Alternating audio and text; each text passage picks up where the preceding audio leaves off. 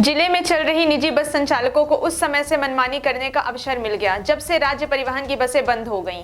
मनमानी किराया आए दिन यात्रियों के सामान चोरी से लेकर अलग अलग घटनाएं होने लगीं। लेकिन जैसे ही नगर निगम में अपनी सूत्र सेवा संचालित की तो एक बार फिर बस संचालकों और सूत्र सेवा संचालक के बीच विवाद की स्थिति खड़ी होनी शुरू हो गई है। आए दिन हो रहे विवादों के बाद हाल ही में मुख्यमंत्री रीवा दौरे के दौरान बसों को हरी झंडी दिखाई थी, जिसमें रीवा से सतना के लिए बसें चलाई गई हैं। पहले तो निजी बस संचालकों ने उक्त सूत्र सेवा की बस को पकड़वाकर सतना जिले के कोतवाली थाने में खड़ा करा दिया और यह आरोप लगाया इस बस के संचालन के संबंधी कागजात नहीं है। लेकिन जब दस्तावेज पूरे मिले और पुलिस ने गाड़ी छोड़ी तो अब निजी बस संचालक अपना घाटा होते देख उक्त बसों को सतना नहीं पहुंचने दे रहे हैं, जिसके चलते विवाद की स्थिति निर्मित हो रही है। रविवार को एक बार फिर विवाद की स्थिति निर्मित हुई और दोनों पक्षों में शिकायत दर्ज कराई है। आपको सुनाते हैं निजी बस संचालकों और डीएसपी मनोज शर्मा का उक्त मामले में क्या कहना है।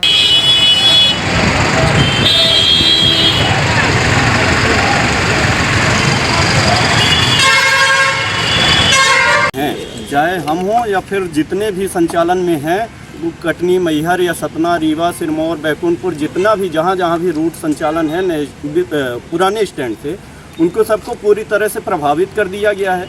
प्रशासन द्वारा बोला गया था कि विगत 15 दिन के लिए हम आपको अस्थायी रूप से रेलवे स्टेशन में आपको एक ब्रिज के नीचे व्यवस्था बना रहे हैं, जो वैकल्पिक व्यवस्था के आधार पर होती है, जिसमें कोई जन सुविधा को देख के व्यवस्था नहीं बनाई गई, ना तो वहाँ लैट्रिन, बाथरूम, न पानी। दुनिया भर से लोग आते हैं, यातायात की व्यवस्था है, उसका कोई देख रेख नहीं किया जा रहा है।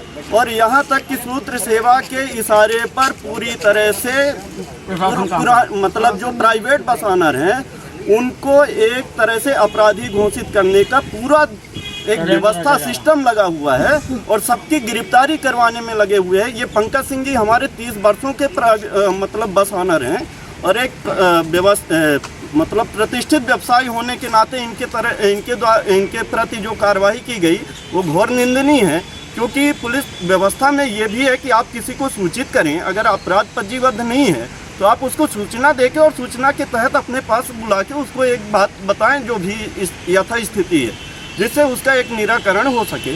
इस तरह से अवैध गिरफ्तारी संदेह के घेरे में आती है और सूत्र सेवा के संचालक को इस तरह से प्रशासन द्वारा संरक्षण देना ये दुर्भाग्यपूर्ण है, क्योंकि टैक्स हर व्यक्ति दे रहा है, चाहे वो प्राइवेट ऑनर हो चाहे गवर्नमेंट का हो, उसकी हर एक को संरक्षण देना गवर्नमेंट का काम होता है। किसके सर पे हो रहा है ये सब? ये प्रशासन और संचालक जो सूत्र सेवा का रमेश तिवारी हैं, इन दोनों में मिली जुली व्यवस्था चल रही है और सबको प्रताड़ित करने का काम किया जा रहा है। क्या नाम है आपका?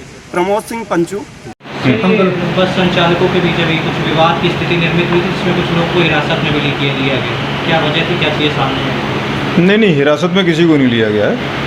ये सवारियों को भरने के वजह से आपस में कन्फ्लिक्ट होता रहता है इस तरह का रेगुलर।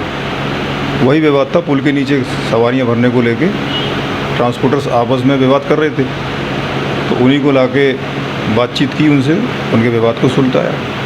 तो इनके लिए क्या अभी निर्धारित किया गया है गाइडलाइन, जब तक रोड नहीं बन जाती है? रोड लगभग बन के तैयार है, एक पार्ट उसका रह गया है रोड का।